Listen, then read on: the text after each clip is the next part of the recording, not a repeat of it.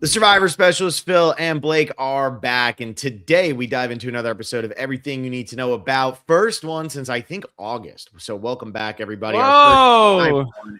one. Max Coop over here saying, "Please, Blake." Yes, it's Blake. There he is, smiling at all your lovely faces. It's not Will. It's just Phil and Blake. We are going to be talking about Savannah Louie today, winner of Survivor 49. Obviously, when we did this series back in June, July, August, back when it was warm and not below freezing for some reason in South Florida, like it is today when I can't even go outside because we don't have clothes for below freezing in South Florida. We could not do Rizzo or Savannah for Everything You Need to Know About because we didn't know anything about them. So here we are now. We have Savannah, Blake's final pick in the best villains of all time draft. So if you want to go check that out, we did that last Wednesday. And Blake made sure to get Savannah picked at the very end. I think his only new era pick, and she's now on a tribe with Will Sims. So that is something to be excited about if you are Savannah. Blake, where do you want to start with Savannah? I think it is kind of not frustrating, but it is kind of like we didn't get to watch her season without the knowledge that she would be important. But I don't think it ultimately ruined everything. I think it was why do I like Savannah Louie? Why am I telling you what you need to know about her? Not only did she win Survivor, I think she was a very dynamic personality. And I do think it does come into a thought process of why is she on 50? Who did she replace? And us being mad of like, oh, Marianne would have been fun. But Savannah is almost like another D. And D felt like a no-brainer. And it does feel like, is she 1A, 1B with D? Well, D had a more dominant alliance, played from the top the whole time. But Savannah is the flip side of that D coin of, I'm going to play from the bottom. And I don't think we've seen somebody play from the bottom so confidently and so, oh, okay, cool. What is that? I'm just going to beat you. And that kind of worked for her for weeks. And then there's a couple people that she maybe did some, not Jedi mind trick. I hate doing Star Wars until Grogu and Mandalorian comes out. But some Jedi mind tricks of like, why don't we vote out Sophie Segretti because she's so dangerous? And just filling in the cracks of, like, I think when people say, you got to find the cracks in alliances, Jeff Probst has been saying this since like 2004. And most people go, there were no cracks. It seemed like Savannah found every crack. And even though people maybe did not enjoy playing with her or being against her, it was like, that's smart. We should vote out Sophie Segretti. That's smart. We should vote out Steven. And then I think the most impressive thing I saw her do, this is kind of just a recap. I think most people were like, how does she do this stuff? The two things are the win at Final 10 when it's 2 5s. I think that is her crowning moment, crowning achievement. That was the defining episode. Best episode. That makes sense.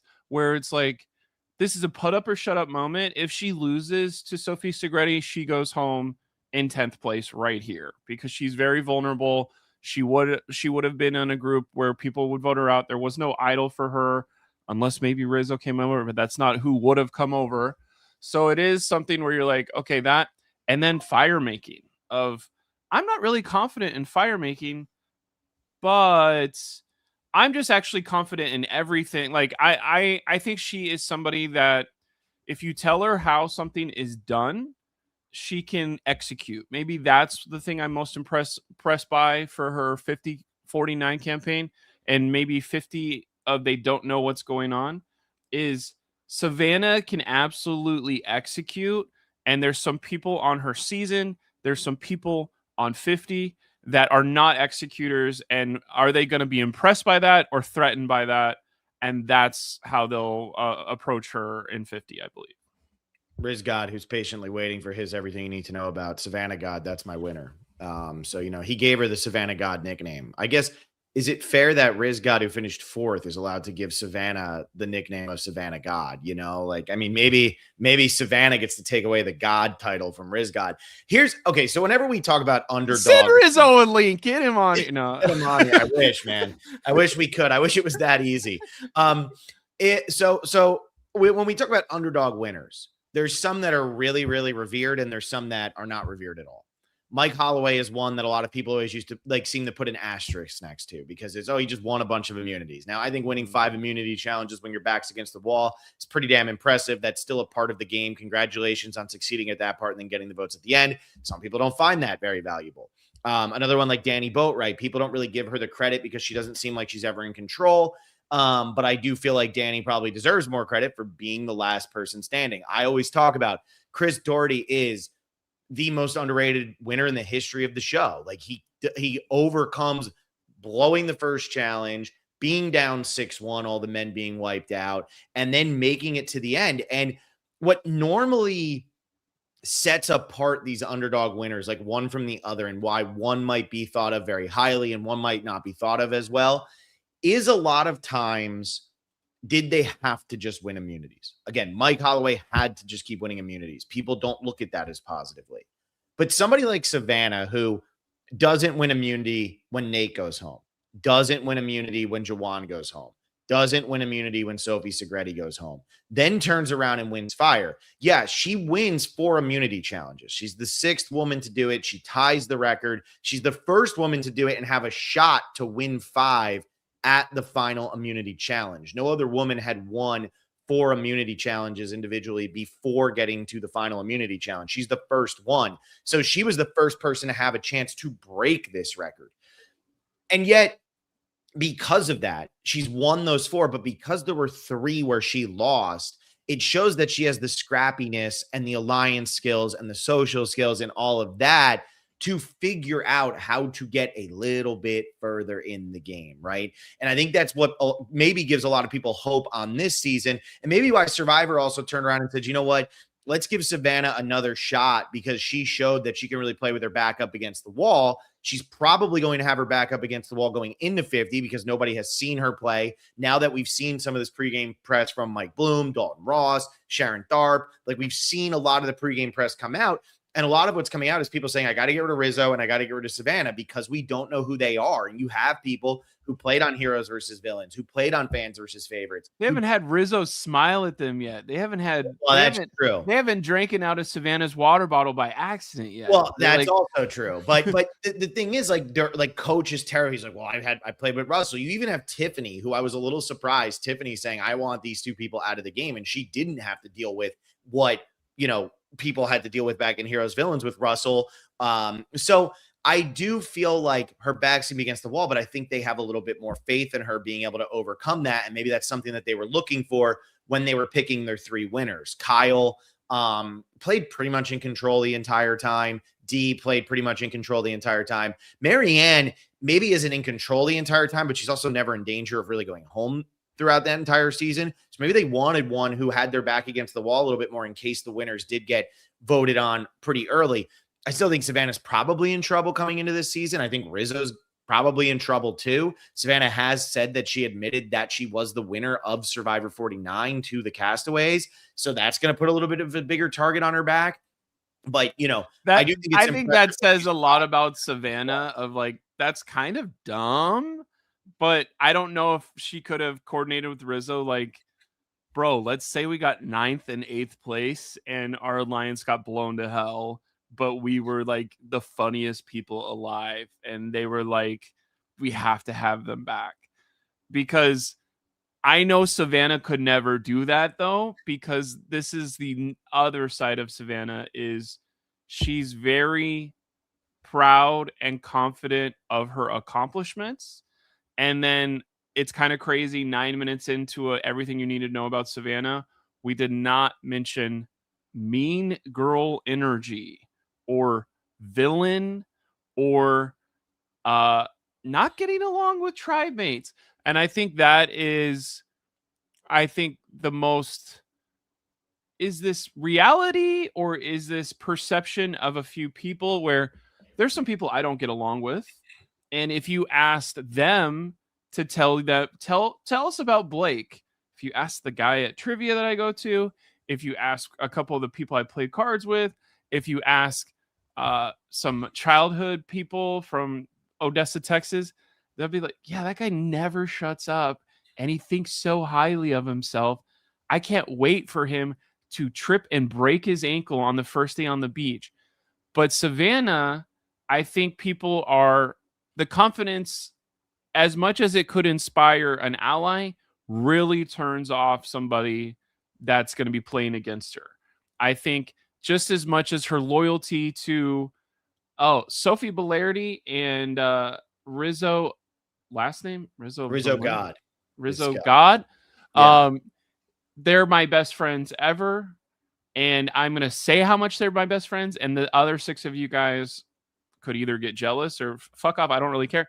It is something where that mean girl energy comes in, and I think that's less important on an all-star season, but it is something where you're like, oh, why do I keep this person over this person even though they're threatening because I like them so much?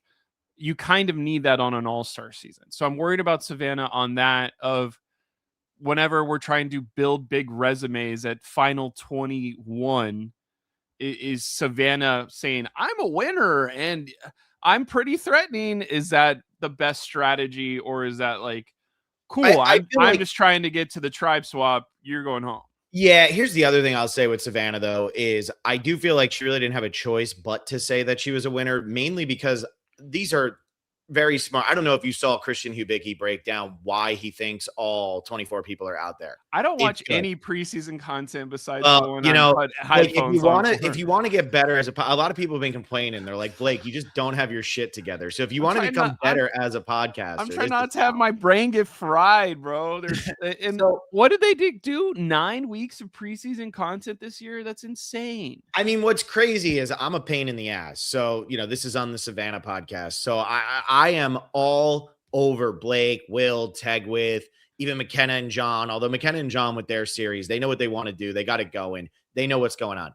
I haven't even reached out to you guys to be like, hey, when are we doing fantasy draft? Hey, when are we doing this other thing? Because it hasn't felt necessary yet. We're still so far away. We're just cruising along with our top 50s and everything, because it is a lot of content. But Christian broke down why he thinks everyone is there.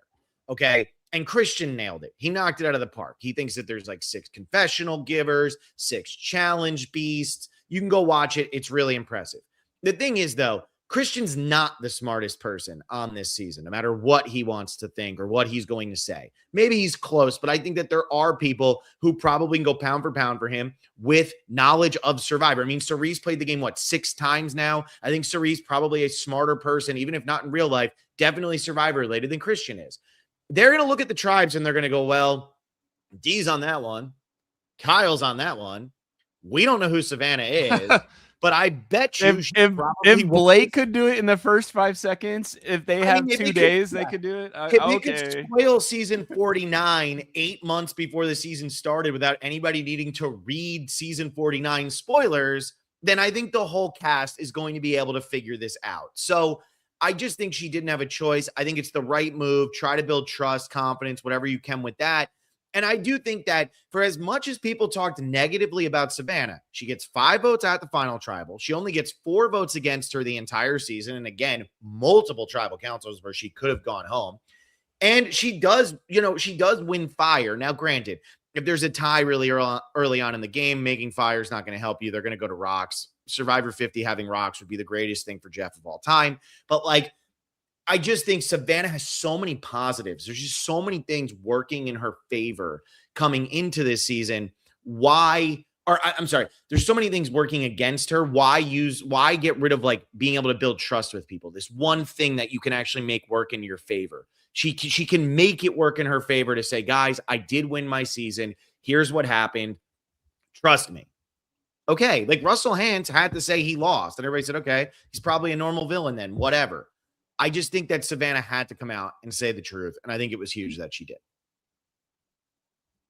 And I think one thing that I really appreciate about Savannah is I think she'll always be tied to, here's Christina's final tribal question. Savannah, do you know any of our family members' names? Did you do anything to get to know us? Did you dig deep with us personally? And Savannah starts to answer this question and she goes, Okay, Nate, you were on my tribe, so I got you. Yeah. You weren't on my tribe. We didn't get closer. I wish we did, MC. Nate, you're the oldest of six or so, or I said this wrong. Jawan, you're the oldest of six or so, right? I can't remember all their. You know what? I didn't do this, but it's something where that wasn't my game plan. This is what mattered to me on the like her. I think the best thing I could say about Savannah Louie is obstacles and challenges. She's going to figure them out confidently.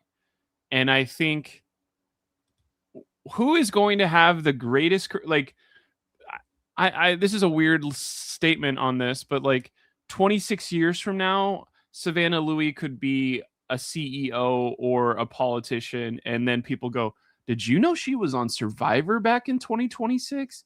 And people would be like, "What?" And it's like, yeah, of course I think she has a whatever she wants to do in life, she is going to get there and put it in. And like that's what Survivor was for her. I know there was a story of like she applied 6+ years Since ago and Karamoa.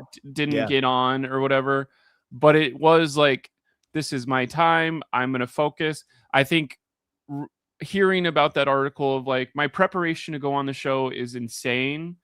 Like her mentality and all this stuff. I think an all-star season where people don't know her is probably her worst case scenario, which kind of sucks for her. But it is a smart idea to say yes to this opportunity, because who knows when there's going to be another all-star season. Well, and so she did say, and again, I know you didn't look at pregame. I was looking before this. That was about it. I was prepping, and so I know mostly about Savannah's. She did say in her Entertainment Weekly bio, it was why are you like back? And she said, this is the only way that I would play back to back is Survivor 50. She said, I feel like it's fans versus favorites, and I'm the only favorite here. And this is coming from Entertainment Weekly. Or she's the only fan here where she feels like I'm playing with my idols. I'm playing with my heroes. This is an honor to be asked back. I'm sure Rizzo feels the same way. Like, how do you say no to Survivor 50? You can't say no to Survivor 50. And so she knows that this isn't the best time for her to come back. Malcolm knew it wasn't the best time for him to come back either, but you have to go back if you have the opportunity. And it just makes sense that she's going back here. But I do agree with you. It's not in her best. It's not in her favor. The one thing that is in her favor, though, is she wins 4 individual immunity challenges. So think about the women who have won 4 individual immunity challenges: Kelly Wigglesworth, Jenna Maraska, Kim Spradlin, Chrissy Hoffbeck, Rachel. So Chrissy is also out there. I think it does help Savannah that even if Rizzo were to say, oh, she won 4 immunity challenges, even if Savannah were to say, I won 4 individual immunity challenges, even if Jeff were to say, you won 4 on your season, most people are going to look at Savannah and say, well, she's not like a massive challenge beast. Maybe the challenges like worked in her favor. Even if she is a challenge beast, most people are going to look at her and say, she's small. I'm much more worried about Joe or Jonathan or something like that getting into the post-merge, which is funny because I don't think did Jonathan even win an individual meet. I think he won 1, and it was when he pretty much went head-to-head with Lindsay. So like when you look at her, a lot of people might underestimate her, and they never actually got to see the challenges she competed in, never got to see that she was going toe-to-toe with very good competitors, especially her and Sophie Segretti. A lot of those challenges favored both of them, and she seemed to get the better of Sophie Segretti every time in those challenges. So I do think that helps her significantly, but there's still just that fear of like, why were you asked back? What was so vital and important and great about you? And I think that's what's probably going to do her in. If I was predicting a place for Savannah, I'm predicting she goes out early. But at the same time, it kind of depends on, you know, how she's able to bond with people on her tribe to start. I mean, if you look at the starting tribes, which Blake and I did an entire video on. I know people now are like, can we see when are you guys going to do some 50 coverage? It's like, just go watch every single thing we did over the summer. We already did all of it. So if you were to look at the tribes, which for some reason now she's on orange, which is called you read them off. It's Ozzy, Jenna Lewis, Joe Hunter, Christian Hubicki, Emily Flip, Sari Fields, and Rick Divins. So none of them are actually impacted by, like, none of them have been wrongly impacted by somebody playing back to back and screwing up their game. If anything, people should be more worried about Sari did she just go win AU versus the world? because they didn't see her play. They don't know what her game was like. They knew she went out, but they don't know that she played or what happened. I mean, it's very interesting. Like when I look at that cast, I see Jenna, I see Emily, I see Ozzy. They've Jenna and Ozzy have played multiple times. Saria's played multiple times. Sari played with Amanda all of Micronesia, and she played with Amanda all of Micronesia, having only seen half of Amanda's season the first time they played. So I don't know. It's going to just totally depend on what she's able to do on day one, but I don't necessarily think that it's the worst starting tribe for her being an unknown. Now, if she was with Coach, that's a different story, because Coach obviously got burned so bad by Russell in Heroes versus Villains. I think the last layer that I want to talk about with Savannah is probably one of the more loyal duo pairs of all time. She never thought about flipping on Rizzo. She never voted for Rizzo. She never sabotaged Rizzo. She never hid anything from Rizzo. Rizzo never did that to her, never did that to her, never did that to her, never did that to her. I think, who is the last pair like that? Is it the final two of Tocantins? Is there a couple pairs like that? Is it a top 5 pair in Survivor history? I think that's what I would maybe say out loud, of like, Rizzo and I did this last time. I'm not looking to do this with Rizzo again. I'm looking for a new Rizzo. Who are the 4 men on my tribe of Rick Devens, Christian Hubicki, Joe Hunter, or Ozzy can I do that with?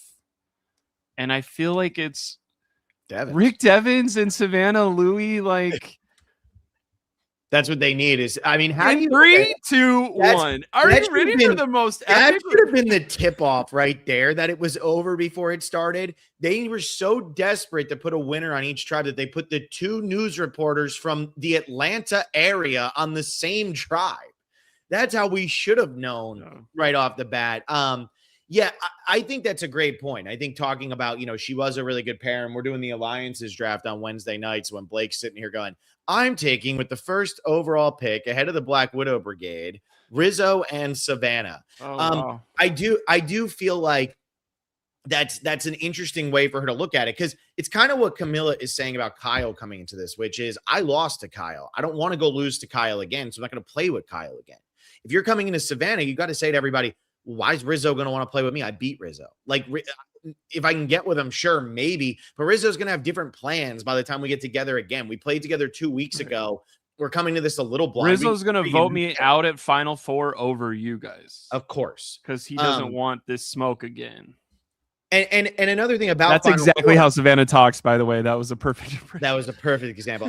Another thing about the Final Four that's important to say here: Savannah is one of 4 women to defeat a man in a fire-making challenge. She's the only one out of those 4 to win the game. Riz God says, "Damn, a great duo pick." Who are the other 3, Blake? Who are the other 3 women to beat a man? The girl who beat Carson. Yeah. What's her name? Heidi. Okay, go ahead. Next. Started with a J. I'm like, okay, he's never getting there. Okay, it starts with Ben. Who else? See, you're too far back. It's earlier. Both of the other 2 are earlier. Earlier than Ben? Ben's the first one, I thought. Well, it's the first forced one, but there's 2 women who beat men earlier. Bobby John lost to Stephanie. Yep. So Stephanie's on this season. Oh, they were both on here? No, the other one's not. And Jenna Lewis beat... Yeah. Mama C beat Rodney.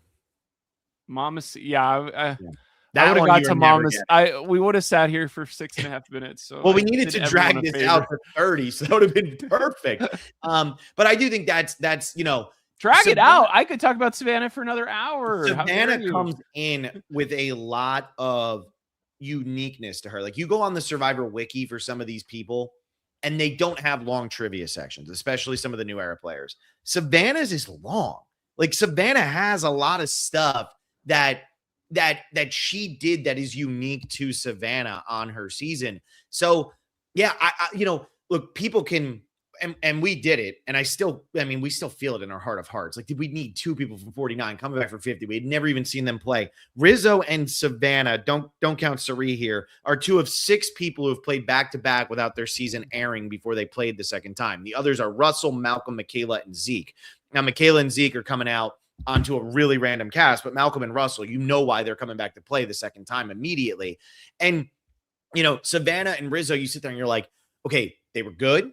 We enjoyed them. Do we need to see them immediately again when you think about the other people that have been missed? But the more you talk about why they would want Savannah on the season, and we'll get to Rizzo when I talk. Will and I are doing the Rizzo episode. Will wants to talk about Rizzo. But the more you talk about what Savannah did and how unique some of her traits are as a winner, why not have her come back? And she's going to give you TV gold, even if she's out second or third. It doesn't matter. She's going to give you plenty of content, because we watched Savannah play from a power position early and she was entertaining. We watched Savannah play with her back against the wall for the entire second half of the game and she was entertaining. You're getting something good. And if nothing else, it's an easy storyline to tell if she just played, whether she goes far or goes out first. It doesn't matter. It's an easy story for your editors, and it's an easy explanation of we wanted our Survivor 49 winner out there. That's it. Simple. Done. Okay, move on. I think what's also interesting is Savannah should be very aware of this perception. So on this Pink Tribe, we have some people that have found idols. But I feel like Savannah should, if Rick Devin goes off into the ether, so are you. If Ozzy is waking up early, like, I'm not saying, Savannah, your days are numbered, but I'm saying if you're aware of this perception, I can wake up in the jungle 3 days early and follow Ozzy or do what I need to do. Is there another idol person? Who all has idols on Pink already? Not Pink, Orange. Sari never had an idol. Rick's an idol guy. Rick's a big time idol guy. Ozzy had an idol and didn't use it correctly. Christian thought about advantages a lot. He never trying to say one, but Davey played it correctly for him or gave it to him or something like that. I have to rewatch Dave vs. Goliath. It's been a while for me. I don't remember the intricacies there. I'm just saying, I hope Savannah, I don't think she'll be lulled to sleep. I'm just worried for her of perception is crazy and insurmountable. So she needs some early immunity wins to we got to chill for a bit. And Jonathan Gold's not on her team. That's not the right guy. Jonathan, what's his name? Jonathan Young. Of Gold's Gym fame. Yeah. Jonathan Gold is the guy who tells you where to get your enchiladas. My mistake. Posting pictures. All of a sudden, Blake gets a job and he's posting pictures of stop. All this food and stuff. What are we doing? Millionaire Blake over here. No, stop. Perception's not reality. I'm trying to live a fake life. Everybody take your tips back from the last couple episodes. No. This is all about Savannah. Thanks. And Savannah, send the check to Blake Meyer. BlakeMeyer.com. Yeah. No, Savannah is $1 million winner. I think they're not going to be. Jenna's on her tribe, so if Jenna does her old shtick, it is Savannah in her sights. But I expect when push comes to shove, Savannah's going to be very strong in challenges, so she'll probably make it at least one tribal. But then I'm worried for her. Yeah. All right. Well, that's everything you need to know about Savannah. So like this video and subscribe to the channel. I mean, if you're watching this episode, you've subscribed to the channel. So like the video. If you're listening, or actually if you're watching, you're always like, man, we have Spotify, we have Apple Podcasts. If you're an Amazon Music person, we're now finally on that. So we just did a change of who's been hosting our podcast. And now we are on Amazon Music as well. So I get a notification every week that Amazon Music, I have an unused Amazon thing. I've never signed up for Amazon Music, but we're over there now. So if you want to listen to us there, go ahead. Anyway, but yeah, so we'll have everything you need to know about Rizzo coming out at some point. I got to talk to Will about when we're going to do that. Alliance's draft is going to be on Wednesday. Tegwith is live today with another Surviving the Fandom episode. On Thursday, Will and I recapping the traders. And then on Friday, I'll be back with John and McKenna as we go through seasons 21 through 30. If you haven't checked out their conversation about the rise of the idol with Kyle Durrett, for seasons 11 through 20. Check that one out. And if you're in Miami and you're braving the cold, go to the Survivor Cafe. I was down there. I got to meet Sophie Bellardi. So there you go. And now I can say, like, man, no wonder Riz God and Savannah were like teamed up with her. She's very likable. It was a very good time. So Sophie Bellardi was down there. I don't think she's going again. So don't be like, oh man, Troyzan, Sophie, D, they're just going to live at the Survivor Cafe. No, I don't think that's happening for the next couple months. But it was a really cool setup. It's like a half indoor, half outdoor space. So go check that out. Otherwise, I love these people just talking about the Rangers in the chat. This is amazing. One question, just so it lives here, so we don't, just as an Easter egg, was the Survivor Idol thing worth it or no? I didn't see the Idol. So the Idol thing was from 2 to 6. Tegwith will be able to answer that more thoroughly. Also, hopefully Tegwith soon puts out a video of me beating her at a challenge. She's been holding that one for some reason. She always puts out all these videos. Everybody's all, and then I beat her at something and it's not out there yet. So I don't know what she's waiting for. But Tegwith did that. I did not do it. Look, it gives you a chance to meet some survivors and it gives you a chance to enter into a sweepstakes to go to the finale. If I'm a fan, I think that's worth it. I just couldn't get down there in time. So yeah, I mean, I would do it. But I do know that it was like from what I understand, it was a pretty long line. But then again, I saw a video where it's like, I saw a video where it was like, you're not going to wonder where it is because there's a line of 80 people. I do think that's the bummer of it. Like if you're going into this and you're saying, wow, I'm going to be the one who finds it. That's not like, essentially the idol here was Troyzan. Like Troyzan was standing there talking to people and like D and Sophie were there. Like the joke was like, oh, Troyzan's the idol. You're going up and you're talking to him. Like you were going up and you were talking to the survivors who were there. And I know that there's not going to be survivors at all of them, but like, I think Aubrey's doing the New Hampshire one and, you know, there's going to be people around. Who's going to be at the California one? There's nobody from California who's ever played. So I don't think anybody. Yeah, I know. It's a bummer. Hopefully they fly in Whitney Duncan or something. Yeah, they gotta fly in somebody. Anyway, thank you all so much for listening. That's the end of that. Like this video. Tune into Teg's episode later. Become a patron, patreon.com/thespecialist. We are talking Cagayan over on the channel. And yeah, Blake is so pleased with himself. I'm out of here. We'll see you guys next time when we get to Rizzo's episode if you're into everything you need to know about. Bye. Bye.